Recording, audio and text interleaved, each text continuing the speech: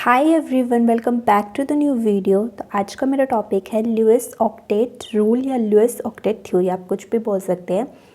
Octet का मतलब है 8 electrons. According to this theory any species undergoes bond formation in order to complete the octet. मैंने आपको bond के बारे में बताया है कि एटम्स जो हैं वो आपस में बाइंड करते हैं बॉन्ड के थ्रू। अगर वो बाइंड करते हैं बॉन्ड के थ्रू, और वो इसलिए बाइंड करते हैं ताकि वो अपना ऑक्टेट मतलब 8 इलेक्ट्रॉन्स कंप्लीट कर सके, तो उसको हम बोलते हैं लुईस ऑक्टेट थ्योरी। जैसे मेरे पास एग्जांपल है CH4 एंड NH3।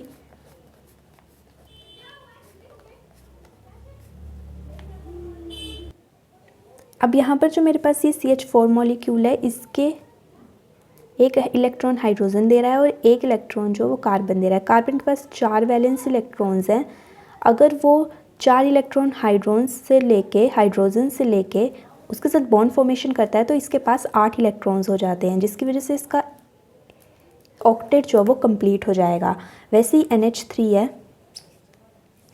NH3 में आप देख सकते हैं कि यहाँ पर 6 इलेक्ट्रॉन्स ही पूरे हो रहे हैं इसके पास, तो यहाँ पर ये 2 इसके पास लोन पेयर बच जाते हैं, तो यहाँ पर भी इसका ऑक्टेट कंप्लीट हो जाता है।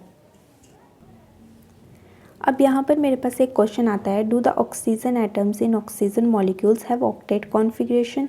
मतलब जो ऑक्सीजन एटम है ऑक्सीजन O2 मॉलिक्यूल में, उनके पास क्या ऑक्टेट कॉन्फ़िगरेशन होती है?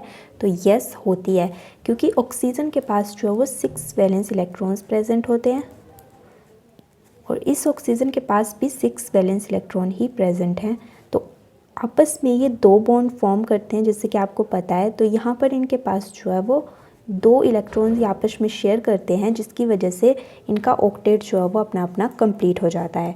तो इसकी वजह से हमारे पास इनकी ऑक्टेट कॉन्फ़िगरेशन बन जाती है। और इन इलेक्ट्रॉन्स को हम जो है वो डॉटेड फॉर्म में शो करते हैं। इसको हम लुईस डॉट स्ट्रक्चर्स बोलते हैं। जैसे ये ऑक्सीजन का लुईस डॉट स्ट्रक्चर है, जिसमें इसके 6 वैलेंस इलेक्ट्रॉन्स हम डॉट के थ्रू जो वो यहाँ पर लिखते हैं। अब ये तो थी हमारे पास रूल। अब इसकी लिमिटेशन भी है यहाँ पर। तो लिमिटेशन हमारे पास है, जैसे ये BH3SF6PCl5, ये 3 मेरे पास मॉलिक्यूल्स हैं। अब जैसे BH3 यहाँ पर मेरे पास 3 हाइड्रोजन है और कितने इलेक्ट्रॉन्स बन रहे हैं यहाँ पर? 6 इलेक्ट्रॉन्स। और दूसरी ओर SF6 में 6F हैं, तो हमारे पास 12 इलेक्ट्रॉन्स होंगे और PCl5 में हमारे पास 10 इलेक्ट्रॉन्स होंगे। तो आप यहाँ पर देख सकते हैं कि 8 - 6 मतलब यहाँ पर 8 में से 2 इलेक्ट्रॉन्स कम हैं, तो मतलब ये हाइपोवेलेंट स्ट्रक्चर होता है। और यहाँ पर 8 से ज़्यादा इलेक्ट्रॉन्स प्रेजेंट है, तो ये हाइपरवेलेंट स्ट्रक्चर्स है। तो हमारे पास यहाँ पर हाइपोवेलेंट और हाइपरवेलेंट दोनों स्ट्रक्चर्स बनते हैं, जिसमें ये ऑक्टेट रूल जो ये ऑक्टेट रूल फॉलो नहीं करते। तो ऐसे स्ट्रक्चर्स ऑक्टेट रूल फॉलो नहीं करते, तो ये इसकी एक लिमिटेशंस होती है। So that's all about this video. मिलते हैं नेक्स्ट वीडियो में। Till then like share and subscribe my channel.